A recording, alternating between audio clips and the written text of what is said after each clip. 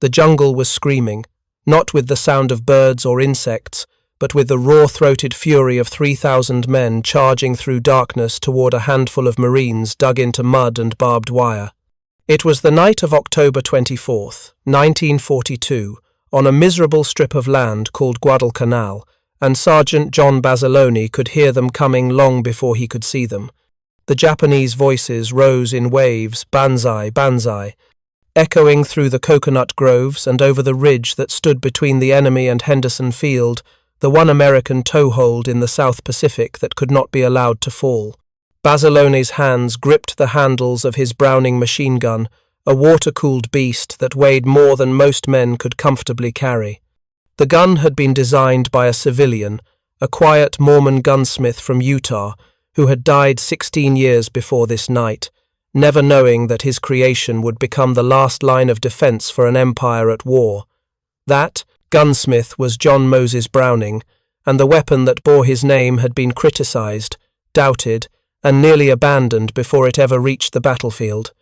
Some had called it too weak, too slow, too heavy, a gun without a purpose in a world that demanded perfection from its killing machines. But on this night, under a sky choked with rain and the acrid smell of cordite, John Browning's machine gun would prove its worth in a way that no engineering manual or ballistics report ever could. It would stand between civilization and collapse, between life and death, between a small group of exhausted Marines and an enemy force so overwhelming that, by every rational calculation, it should have swept them into the sea. If you're enjoying this deep dive into the story, hit the subscribe button and let us know in the comments from where in the world you are watching from today. This is not a story about grand strategy or famous generals. This is a story about a weapon that almost never existed, designed by a man who never wore a uniform, and wielded by men who had every reason to believe they would not survive the night. It is a story about the strange alchemy that turns doubt into certainty, weakness into strength, and a single civilian's vision into the difference between victory and annihilation. This is the story of how John Browning's too weak 50 caliber machine gun and its smaller 30 caliber sibling stopped 4,000 Japanese soldiers at Henderson Field and changed the course of the Pacific War.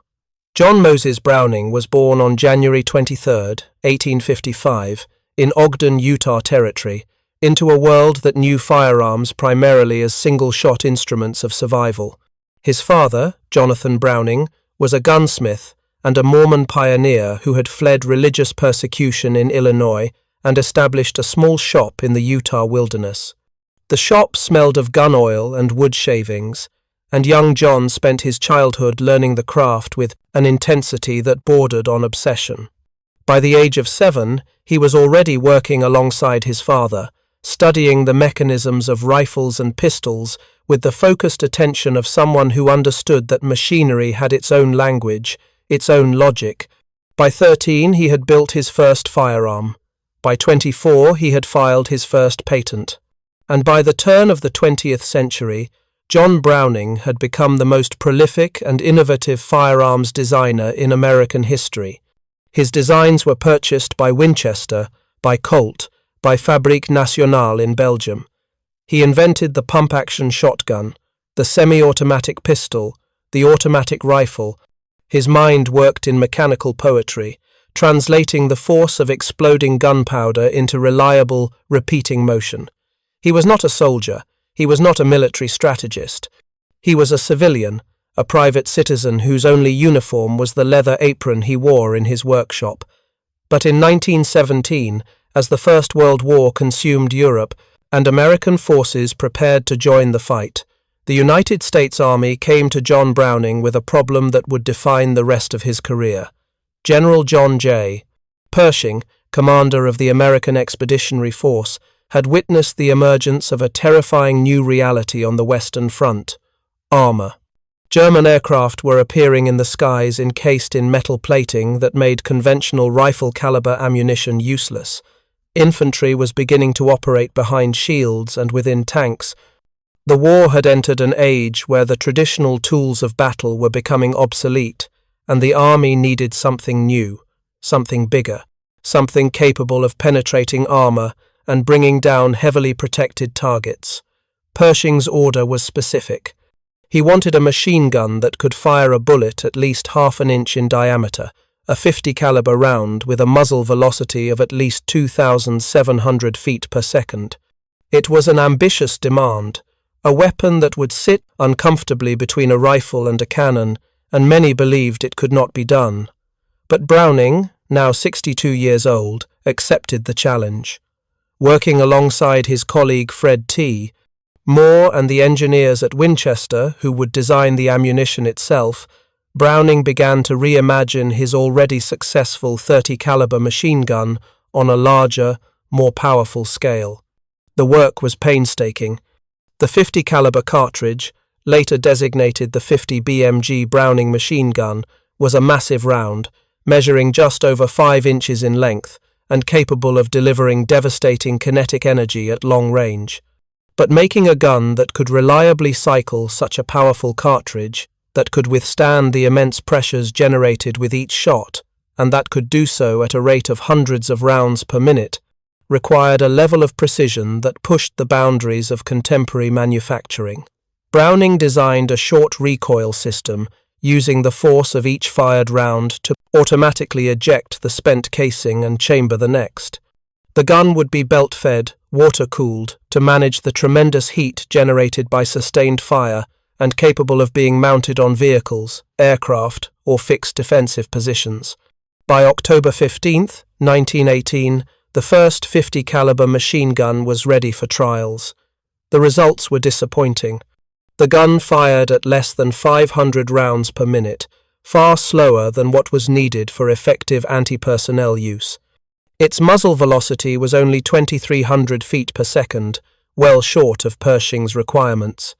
The weapon was heavy, difficult to control, and most damningly it lacked sufficient power to reliably penetrate the armor it had been designed to defeat. Military evaluators examined the prototype and concluded that it was inadequate for both the anti-personnel role and the anti-armor role. It was, in the language of official reports, a weapon without a clear purpose. Too weak for one mission, too cumbersome for another. Many designers would have abandoned the project, but John Browning was not a man who accepted failure as a final verdict. He returned to his workshop, making incremental improvements, refining the design, working with Winchester to enhance the ammunition. The muzzle velocity was pushed to 2,750 feet per second. The rate of fire improved. The mechanism became more reliable. By 1921, the gun had evolved into the M1921 water-cooled 50 caliber machine gun, a weapon that represented years of relentless iteration and improvement. But even with these enhancements, doubts persisted. Service trials raised questions about whether the gun would be suitable for aircraft use or anti-aircraft defense. The weight of the water jacket, the complexity of the cooling system, and the sheer bulk of the weapon made it difficult to deploy in the fast-moving, mechanized warfare that was beginning to define the 20th century. Some military planners suggested that a heavier-barreled ground vehicle version might have more practical application, but even that seemed uncertain. The 50 caliber machine gun existed in a kind of bureaucratic limbo, a solution searching for a problem, a weapon too advanced for the war that had just ended and too unproven for the wars that might come. John Browning died on November 26, 1926, in Liège, Belgium, while working at the Fabrique Nationale factory. He was 71 years old. He had spent his entire adult life designing firearms, had filed 128 patents, and had fundamentally reshaped the way modern militaries armed themselves. But he did not live to see his 50 caliber machine gun reach its full potential. He did not witness the refinements that would come in the years after his death, as engineers studied his design and addressed its limitations. He did not know that his creation would eventually become one of the most enduring and respected weapons in military history, serving in conflicts across nearly a century. Between 1927 and 1932, an engineer named S.H. Greene at Springfield Armory undertook a comprehensive study of the M1921 and the needs of the American Armed Services. Greene's work resulted in a revolutionary breakthrough, a single receiver design that could be configured into 7 different types of 50 caliber machine guns simply by changing the jacket, barrel, and other components. The new design allowed the weapon to feed ammunition from either the left or right side, making it far more versatile in different tactical situations. By 1933, Colt was manufacturing prototypes of what would eventually be known as the M2 machine gun. The real transformation came with the development of the M2 HB heavy barrel variant. Instead of relying on a bulky water jacket for cooling, engineers created a thicker-walled, air-cooled barrel that could dissipate heat through mass and surface area alone. The result was a gun that weighed 84 pounds instead of 121, was far easier to transport and deploy, and retained all the firepower of its water-cooled predecessor. This was the gun that would go to war. This was the weapon that John Browning's final design would become. But the 50 caliber was not alone.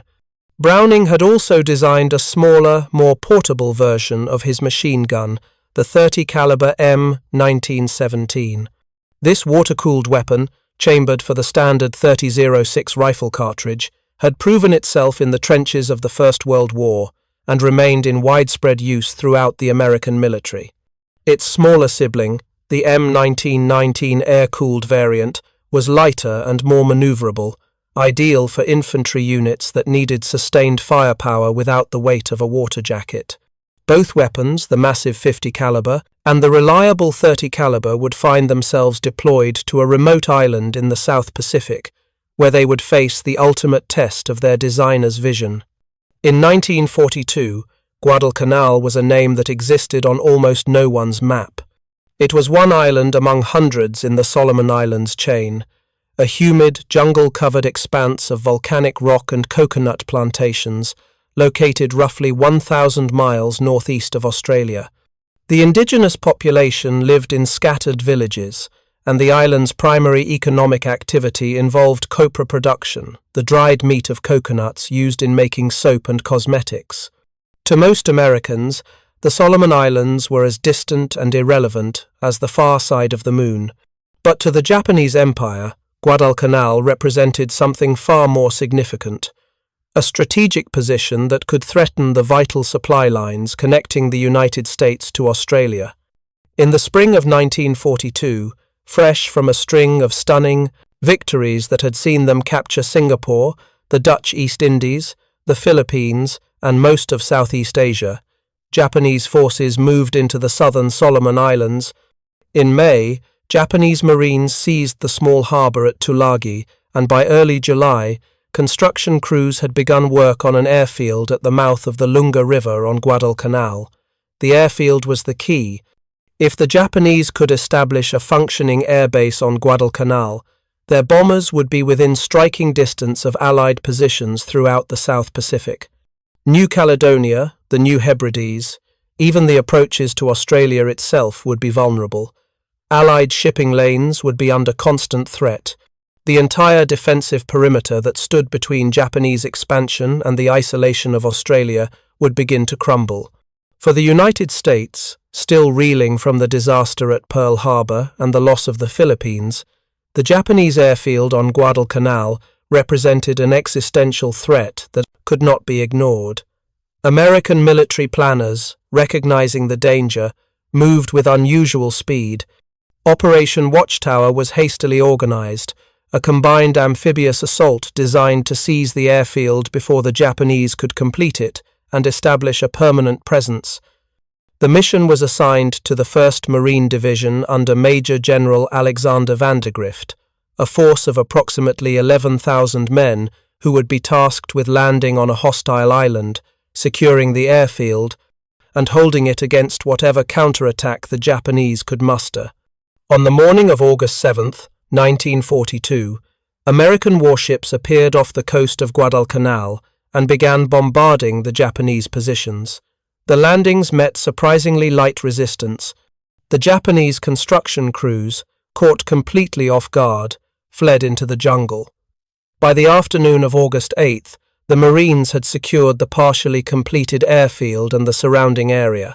The airfield was renamed Henderson Field in honor of Major Lofton Henderson, a Marine aviator who had been killed during the Battle of Midway. Navy Seabees immediately began work to complete the runway, and within days, the first American aircraft were landing on what had been, just weeks earlier, a Japanese construction site. But the ease of the initial landing was deceptive. The Japanese High Command had no intention of allowing the Americans to hold Guadalcanal. The island represented not just a strategic position but a matter of prestige, a test of will between two empires locked in a struggle for dominance in the Pacific. Almost immediately, the Japanese began planning counterattacks, sending reinforcements by sea under cover of darkness in fast destroyer runs that the Marines would come to call the Tokyo Express. Throughout August and September, Japanese forces landed on the island, probing the American defensive perimeter, testing the Marines' resolve. The conditions on Guadalcanal were nightmarish. The jungle was a suffocating mass of humidity and insects. Malaria was endemic, and within weeks of landing, a significant portion of the Marine force was weakened by disease. Rations were limited, as the Navy, concerned about Japanese naval superiority in the area, was reluctant to commit supply ships to what seemed like a precarious position. The Marines dug in around Henderson Field, establishing a defensive perimeter known as the Lunga Perimeter, and waited for the attacks they knew were coming. The first major Japanese assault came on August 21st at a place the Marines would remember as Alligator Creek, though it was actually the Ilu River. A regiment of Japanese infantry, confident and well-trained, launched a frontal assault across the shallow water. They were met by the concentrated fire of Browning machine guns. Marine gunners, positioned at carefully chosen points along the riverbank, waited until the Japanese were fully committed to the crossing before opening fire. The 30 caliber Browning M 1917 machine guns, the very weapons John Browning had designed a quarter-century earlier, tore through the advancing infantry with methodical efficiency. By morning, the river was choked with Japanese dead.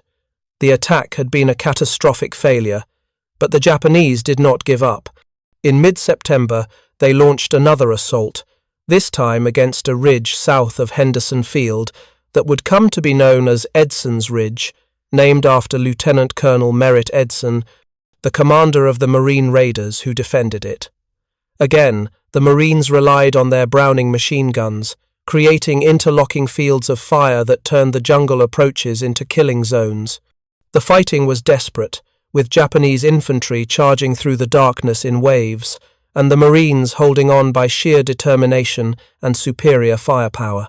When the attacks finally subsided, the ridge was littered with Japanese casualties, and the Marines, exhausted and depleted, remained in control of their positions. These battles established a pattern that would define the Guadalcanal campaign. The Japanese, operating from a doctrine that emphasized offensive spirit and the willingness to accept heavy casualties, would launch frontal assaults against prepared American positions. The Americans, outnumbered and often outgunned in terms of artillery and naval support, would rely on defensive positions, barbed wire, and above all the devastating firepower of their machine guns. The Browning weapons, both the 30 caliber and the 50 caliber variants, became the backbone of the American defense. They were not glamorous weapons. They did not inspire poetry or patriotic propaganda, but they worked. They were reliable, accurate, and capable of sustained fire that could break even the most determined infantry assault. By early October, the Japanese had committed substantial reinforcements to Guadalcanal. Between October 1st and October 17th, Japanese convoys delivered 15,000 troops to the island, comprising elements of the 2nd Infantry Division and the 38th Infantry Division, along with artillery, tanks, and supplies. Lieutenant General Harukichi Hyakutake, commander of the Japanese 17th Army, personally arrived on the island on October 9th to oversee what he believed would be the final, decisive offensive. Hyakutake was confident. He had overwhelming numerical superiority, he had artillery support, and he had battle-tested infantry units that had conquered half of Asia. On October 22nd, he told his assembled officers, "The time of the decisive battle between Japan and the United States has come." Hyakutake's plan was ambitious and complex. He would launch coordinated attacks from multiple directions, overwhelming the American defenses through sheer weight of numbers. The main assault would come from the south, where infantry regiments would advance through the jungle and storm the American positions along the Lunga perimeter. Simultaneously, a secondary attack would strike from the west, and tanks would support the assault along the coastal road. Naval forces would bombard Henderson Field to suppress American air power, and once the Americans were sufficiently weakened, the Japanese infantry would break through and recapture the airfield. It was, on paper, a sound plan, but it depended on assumptions that would prove catastrophically wrong. The first of these assumptions was that American firepower could be overwhelmed by determined infantry attacks. The second was that the Marines, weakened by months of combat and disease, would break under sustained pressure. And the third was that the weapons defending Henderson Field, the machine guns designed by a civilian gunsmith who had died 16 years earlier, were insufficient to the task of stopping a modern, well-equipped army. All three assumptions were about to be tested. The bombardment began on the night of October 13th, and it was unlike anything the Marines on Guadalcanal had experienced. Two Japanese battleships, the Kongo and Haruna, escorted by cruisers and destroyers, approached the island unopposed and opened fire on Henderson Field at 1:33 in the morning. For the next 83 minutes, they hurled 973 14-inch shells into the Lunga perimeter, most of them targeting the 2,200 square metre area of the airfield. The noise was apocalyptic, a continuous thunder that made speech impossible and thought nearly so. Marines huddled in foxholes and bunkers, feeling the earth shake with each impact, watching as coconut groves that had stood for decades were obliterated in seconds. Pharmacist's mate first class Louis Ortega, who was at Henderson Field that night, later recalled the experience. It started about 11 p.m. on the 13th of October, 1942. We were laying down in our pillbox. A whistling noise and then boom. What the hell was that? And then another one. For the next 4 hours we were bombarded by 4 battleships and 2 cruisers. Let me tell you something. You can get a dozen air raids a day, but they come and they're gone. A battleship can sit there for hour after hour and throw 14-inch shells. I will never forget those 4 hours. When the bombardment finally stopped and dawn broke over Guadalcanal, the devastation was staggering. The airfield's runways were cratered and torn. 48 of the 90 aircraft that had been stationed at Henderson Field were destroyed. Aviation fuel stores were burning. Ammunition dumps had been hit. 5 miles of coconut groves, a landscape that had defined the island for as long as anyone could remember, had been reduced to splinters and ash. Ortega described the scene. The next morning, when they stopped shelling, there was a haze over the whole area. 5 miles of coconut groves were gone. Where the day before you had miles and miles of coconut trees, now 5 square miles were wiped clean. Every tree was gone, but the airfield itself, though heavily damaged, had not been destroyed. The Seabees and marine engineers went to work immediately, filling in craters, clearing debris, and restoring at least one runway to operational condition within hours. By afternoon, American aircraft were flying again, though in reduced numbers and with limited fuel. The Japanese bombardment had been devastating, but it had not achieved its primary objective. It had not eliminated American air power over Guadalcanal. The ground assault would begin 10 days later, on the night of October 23rd. Hyakutake's plan called for a diversionary attack along the coastal road to the west, supported by tanks, while the main assault would come from the south through the jungle.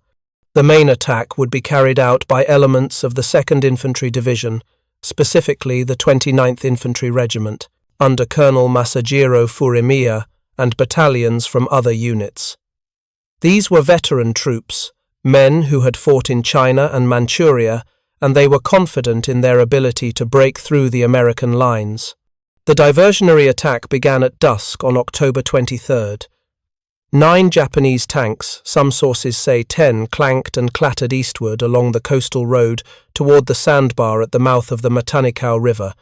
The Marines could hear them long before they could see them, the sound of their engines and treads cutting through the humid evening air.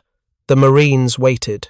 When the tanks reached the sandbar and began to cross, the Marines illuminated them with flares, turning night into day. What followed was a methodical destruction. Marine anti-tank guns, positioned with clear fields of fire, knocked out each tank in turn. By morning, the burned-out hulks of all 9 tanks littered the sandbar, and the diversionary attack had been a complete failure.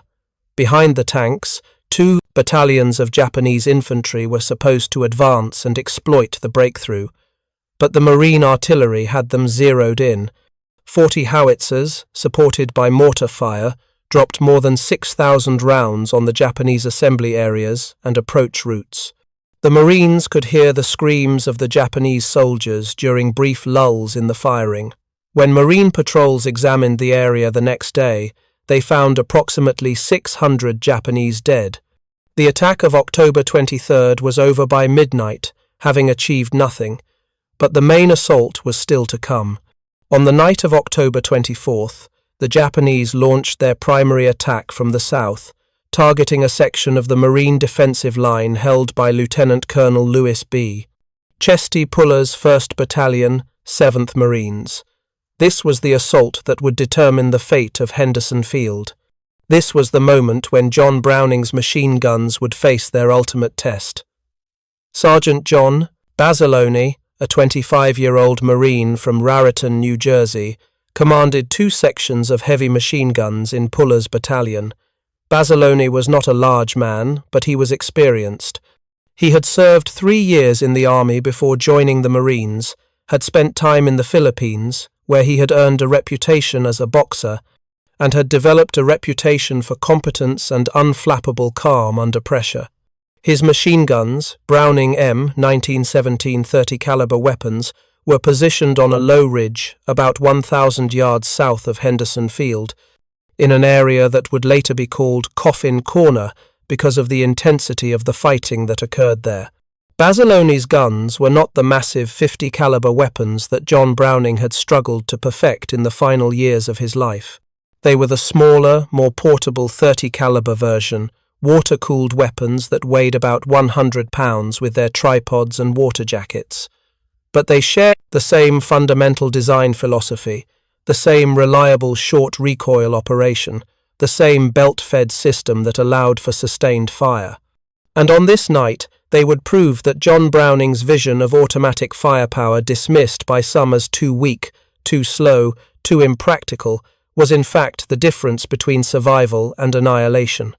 At approximately 9:30 p.m., Sergeant Ralph Briggs, who was part of an observation post 3,000 yards in front of the American lines, telephoned Puller's command post. "Colonel, there's about 3,000 Japs between you and me," Briggs reported. "Positive. They've been all around us, singing and smoking cigarettes, heading your way." Puller asked his artillery to begin firing on the approach routes. Within minutes, the jungle to the south erupted in explosions as Marine howitzers poured fire into the darkness. But the Japanese kept coming. At 1:15 a.m. on October 25th, the 9th Company of the Japanese 3rd Battalion charged directly into the positions held by Puller's Company C. They ran through the darkness screaming, "Banzai!"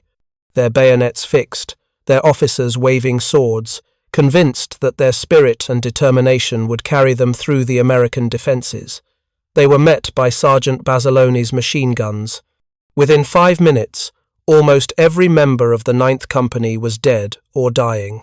The Browning machine guns, firing at a rate of approximately 450 rounds per minute, created a wall of lead that was impossible to penetrate. The Japanese soldiers fell in waves, cut down before they could close the distance to the American positions. By 1:25 a.m., heavy artillery fire was falling on the Japanese assembly areas, causing massive casualties even before the infantry could reach the marine lines. But the Japanese kept attacking. More companies advanced, more men charged into the killing zone. Basiloni's machine guns never stopped firing.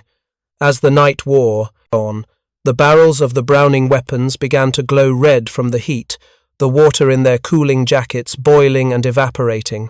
One of Basiloni's gun crews was knocked out of action by Japanese grenades and mortar fire, leaving only 2 men capable of carrying on. Basilone moved an extra gun into position, then, under continuous fire, repaired another gun that had jammed and personally manned it. The Japanese were now attacking from multiple directions, some units penetrating close enough to throw grenades into the American positions. At one point, Basilone realized that his guns were running critically low on ammunition. The supply lines had been cut by the Japanese assault, and without more ammunition, the guns would fall silent and the defensive line would collapse.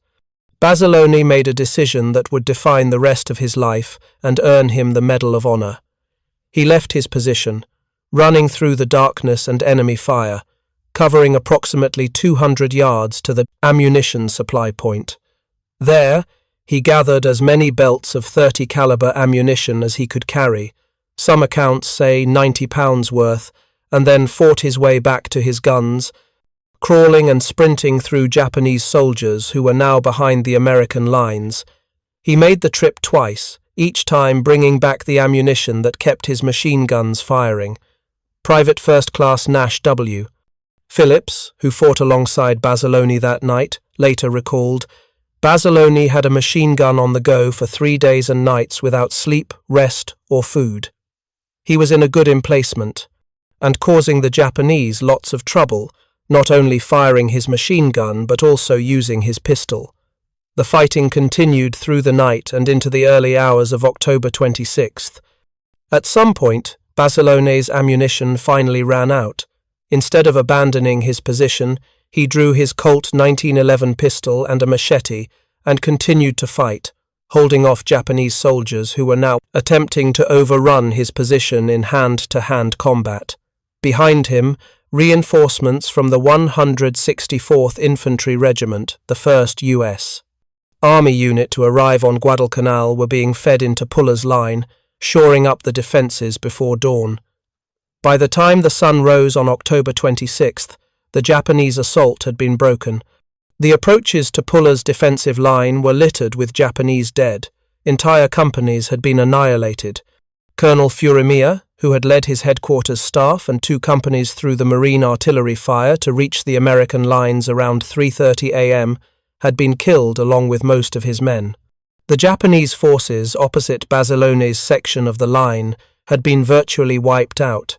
The battle for Henderson Field continued for another day, with Japanese units launching attacks on other sections of the American perimeter, but the outcome was no longer in doubt.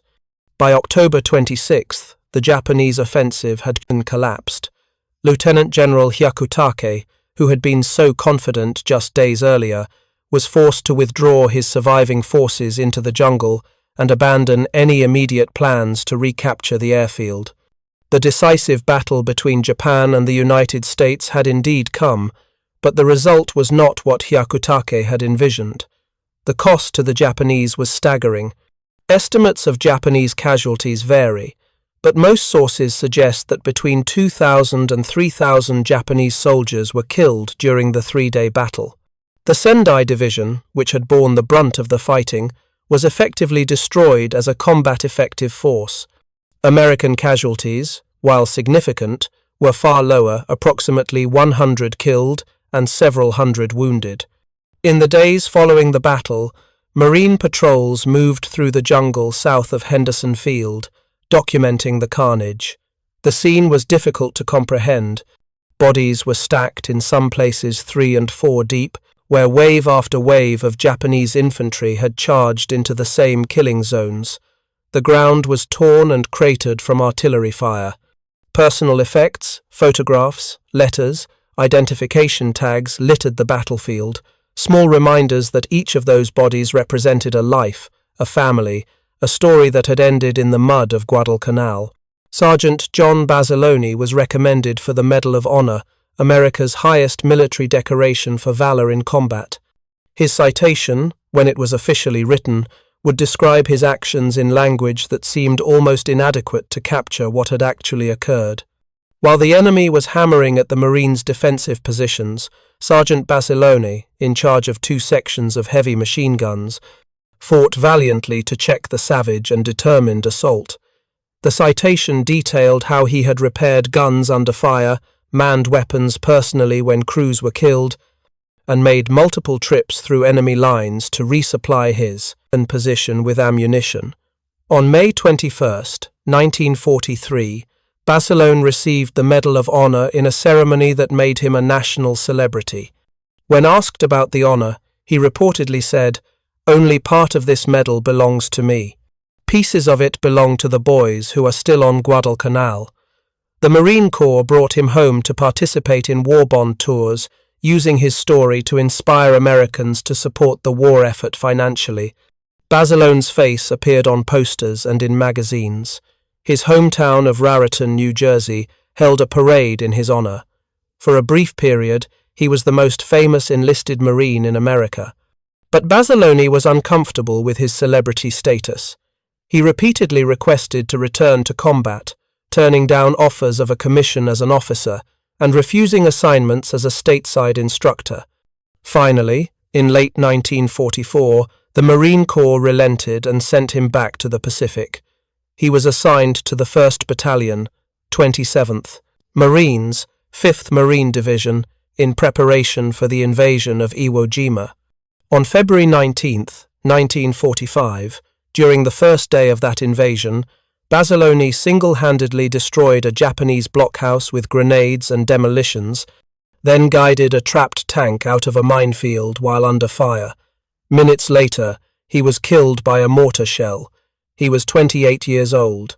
For his actions on Iwo Jima, he was posthumously awarded the Navy Cross.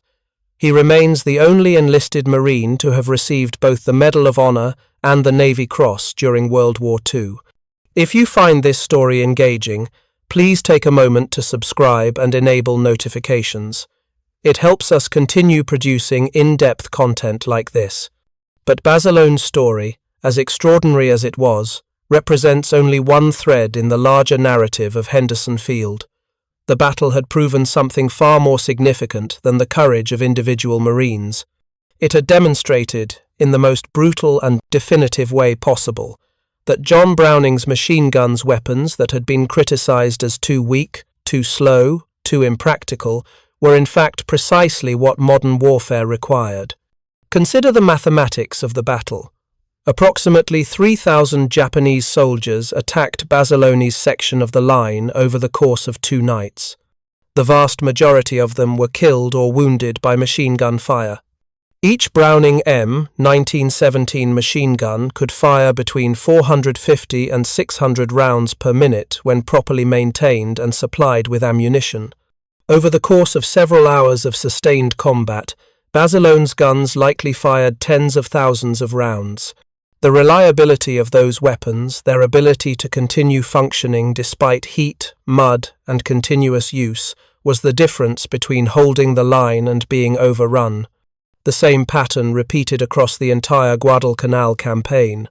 Machine guns, both the 30 caliber and 50 caliber variants, accounted for a disproportionate number of Japanese casualties.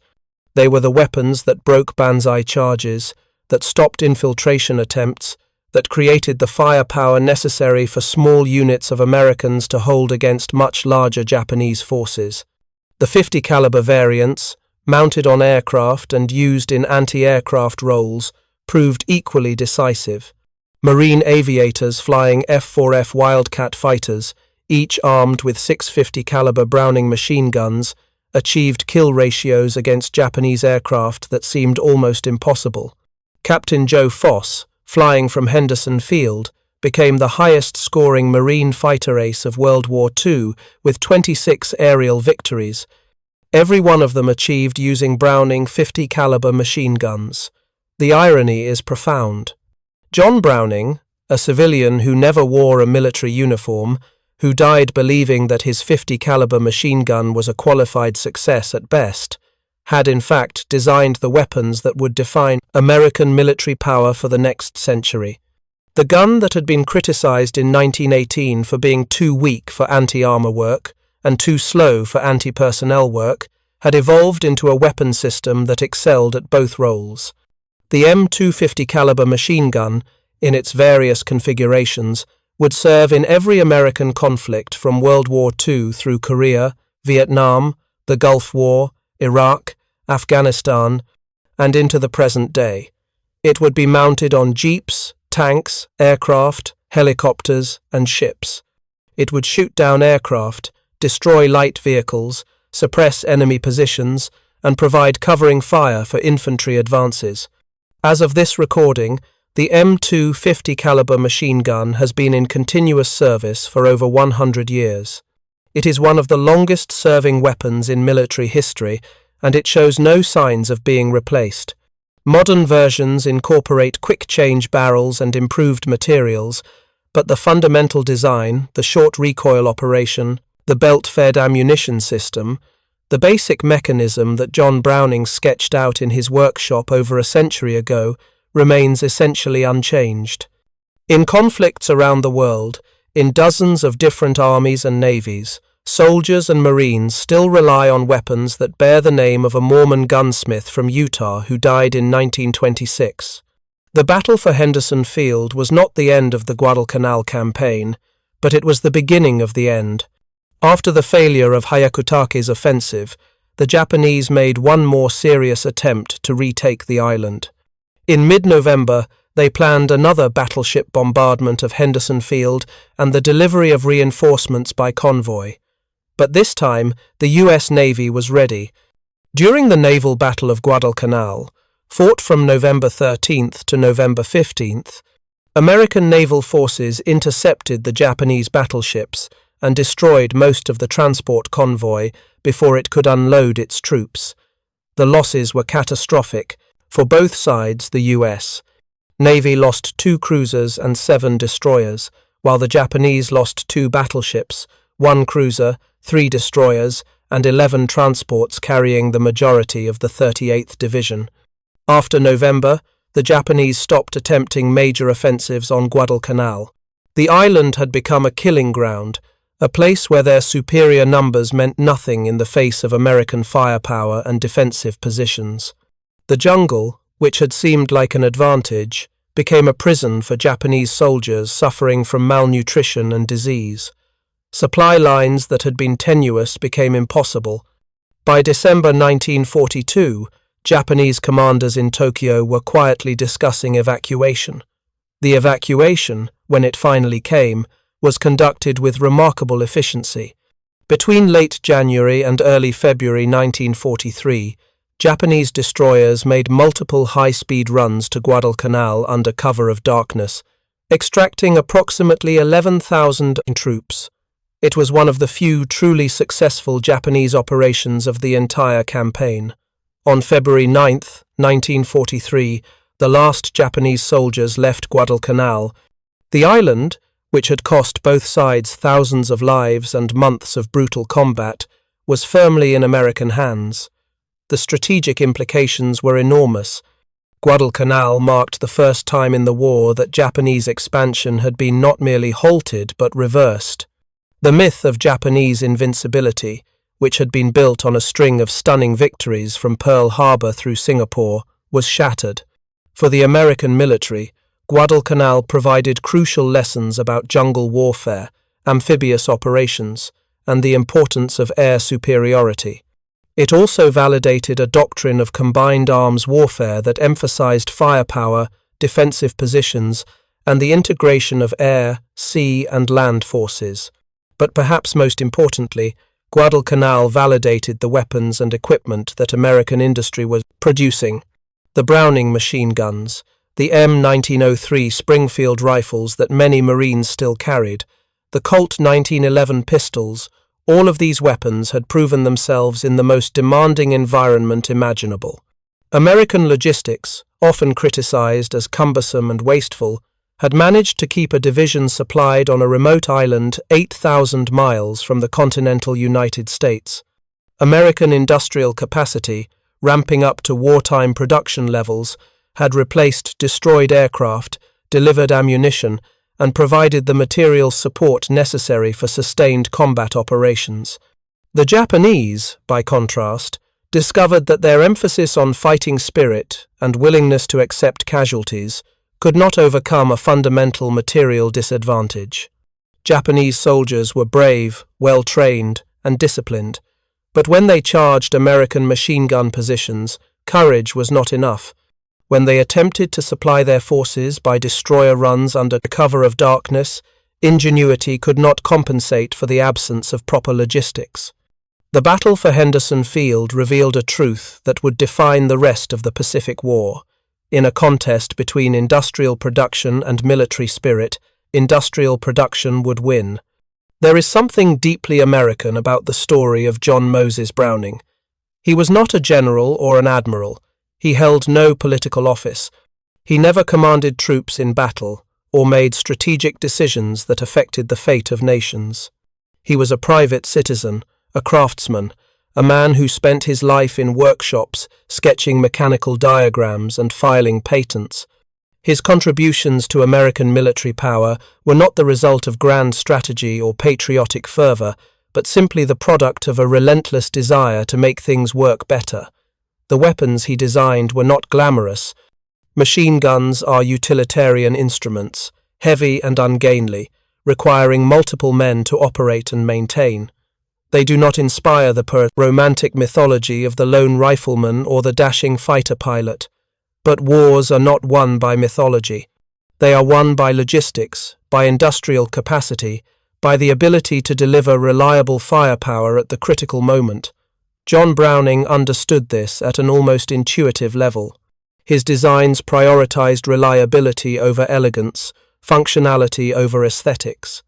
He built guns that could be manufactured in large quantities, maintained by soldiers with minimal training, and operated under the worst possible conditions. The fact that his .50 caliber machine gun was once considered too weak is a reminder of how difficult it is to predict the future of warfare. Military planners in 1918, evaluating the first prototypes, were thinking in terms of the trench warfare they had just experienced, a static, grinding conflict where armor and fortifications dominated the battlefield. They could not envision the mobile, mechanized warfare that would define World War II, or the importance of aircraft and helicopters that would characterize later conflicts. They could not imagine a weapon system that would need to serve on land, at sea, and in the air simultaneously. But John Browning, working from principles of mechanical efficiency and practical experience, designed a gun that could adapt to all of these roles. The M250 caliber machine gun succeeded not because it was optimized for any single purpose, but because it was fundamentally sound in its operation. The same basic mechanism that made it effective against infantry also made it effective against aircraft. The same reliability that allowed it to function in the trenches of World War I also allowed it to function in the jungles of Guadalcanal, the deserts of North Africa, the frozen hills of Korea, and the mountains of Afghanistan. At Henderson Field, on the night of October 24, 1942, Sergeant John Basilone and his fellow Marines wielded weapons designed by a man they had never met, a civilian gunsmith who had died 16 years before the battle. Those weapons, criticized and doubted when they were first developed, proved to be exactly what was needed when civilization hung in the balance. They stopped 4,000 Japanese soldiers. They held the line. They allowed a handful of exhausted, disease-ridden Marines to defeat a numerically superior force and preserve a strategic position that would help turn the tide of the Pacific War.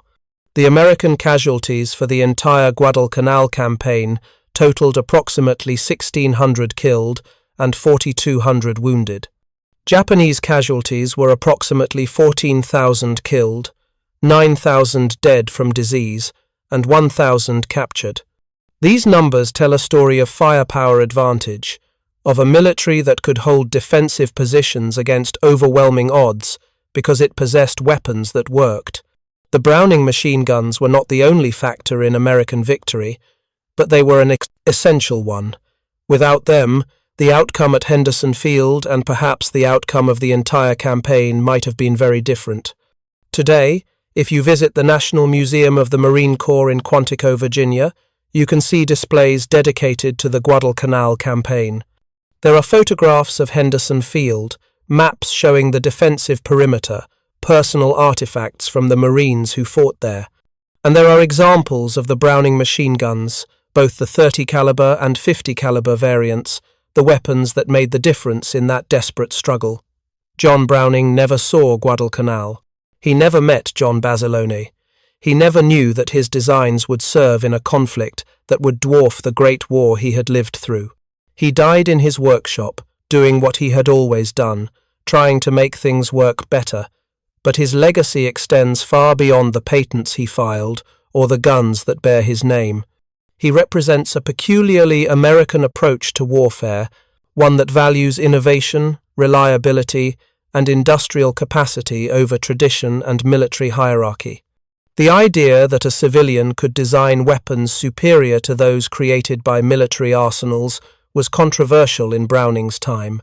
In many countries, firearms development was the exclusive domain of government armories and military engineers.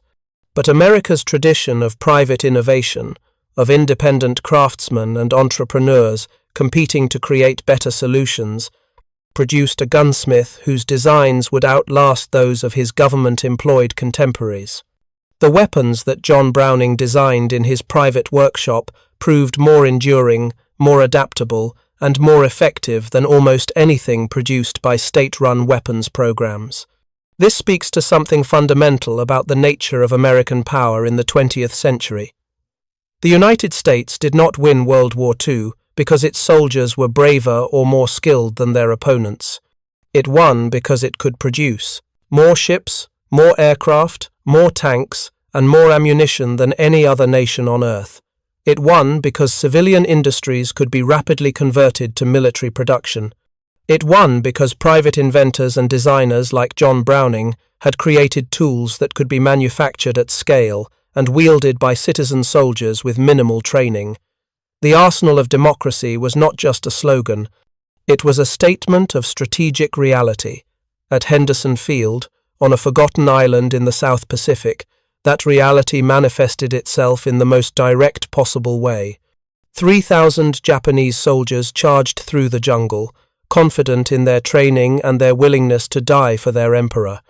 They were met by Marines wielding weapons designed by a 62-year-old civilian who had never fired a shot in anger. The Marines held. The Japanese died. And the weapon that had been called too weak proved to be exactly strong enough when it mattered most. Thank you for watching. For more detailed historical breakdowns, check out the other videos on your screen now, and don't forget to subscribe.